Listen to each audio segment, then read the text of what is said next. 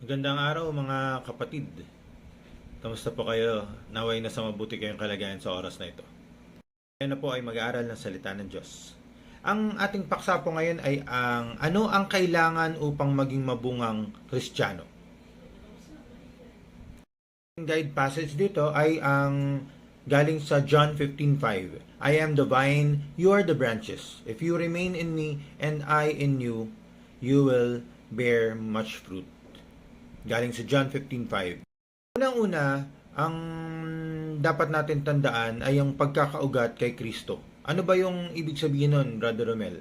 Ang isang Kristiyano ay nagiging mabunga kung siya ay nananatiling konektado kay Kristo. Ano ba masasabi natin sa sarili natin na konektado tayo kay Kristo sa pang-araw-araw nating buhay? Tulad ng sanga na nakakabit sa puno, wala tayong magagawa kung hiwalay tayo sa Kanya. Napakagandang bagay nito, no?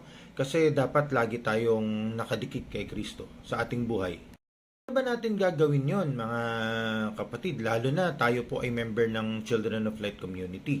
Ang gagawin pa natin ay ang palaging nananalangin at nagbabasa ng Biblia, at ang pagsamba ay paraan upang manatili na nakaugat sa Panginoon.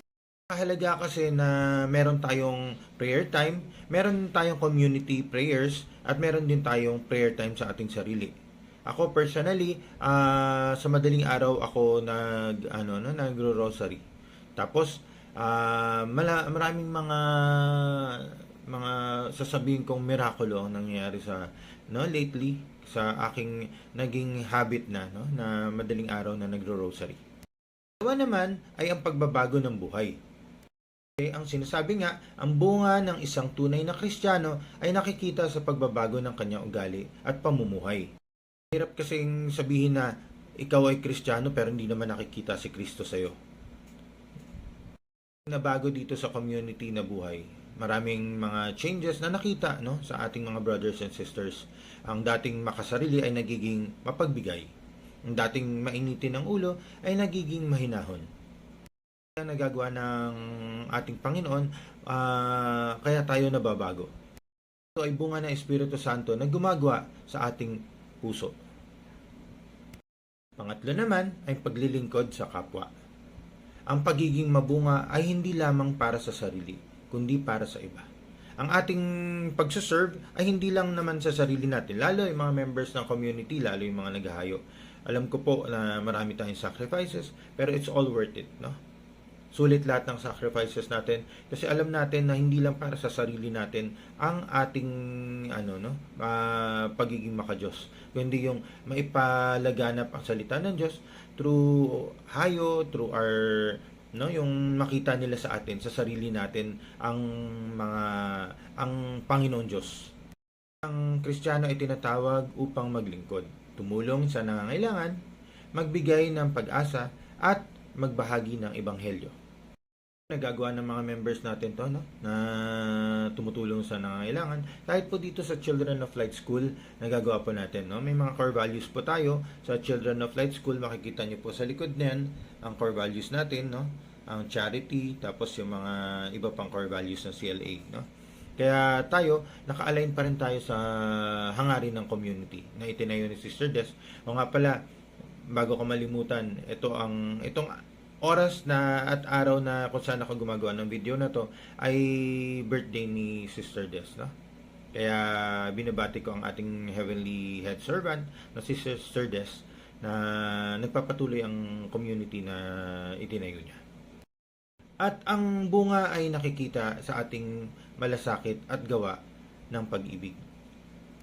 Kasi lahat to ay kailangan may pag-ibig. Imposible naman na walang pag-ibig na nagsiserve ka kay Lord. Imposible yun, Ang paglilingkod natin sa kapwa ay may kalakip na pag-ibig.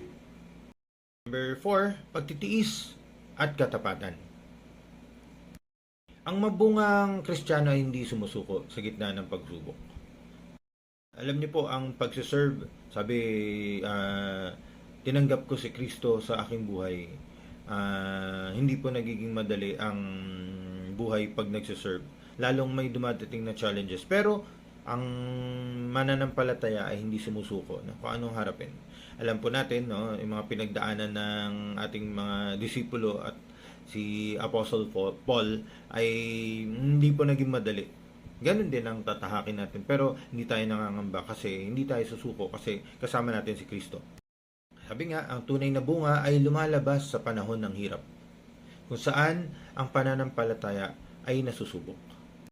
Ko po susubukin ang ating faith, no? Madalas susubukin to. Lalo, mas dumidikit ka, nagiging faithful ka sa ating Diyos, susubukin ka. Maraming pagsubok, pero alam natin maninindig tayo sa katotohanan at katapatan. No? Hindi tayo bibigay kahit anong challenges. Ang katapatan sa Diyos hanggang wakas, ang tanda ng isang mabunga at matatag na Kristiyano. Yung katapatan natin ay till the end. Till we see Jesus Christ again.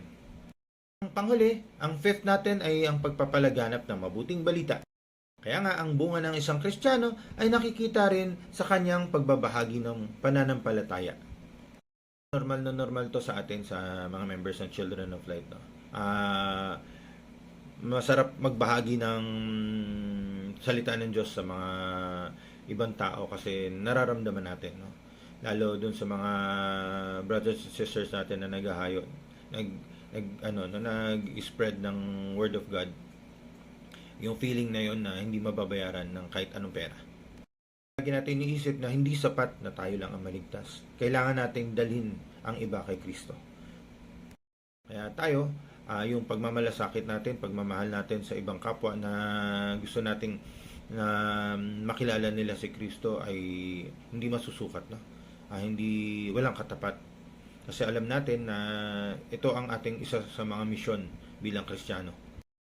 Ang tunay na bunga ay mga kaluluwang nadadala sa Panginoon.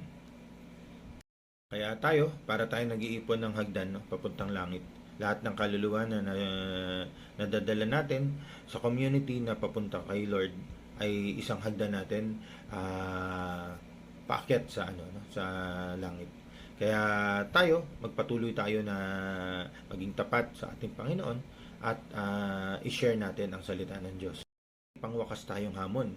Mga kapatid, ang pagiging mabungang Kristiyano ay hindi nakikita sa dami ng ating alam, kundi sa pagbabago ng ating buhay, paglilingkod sa kapwa at katapatan kay Kristo.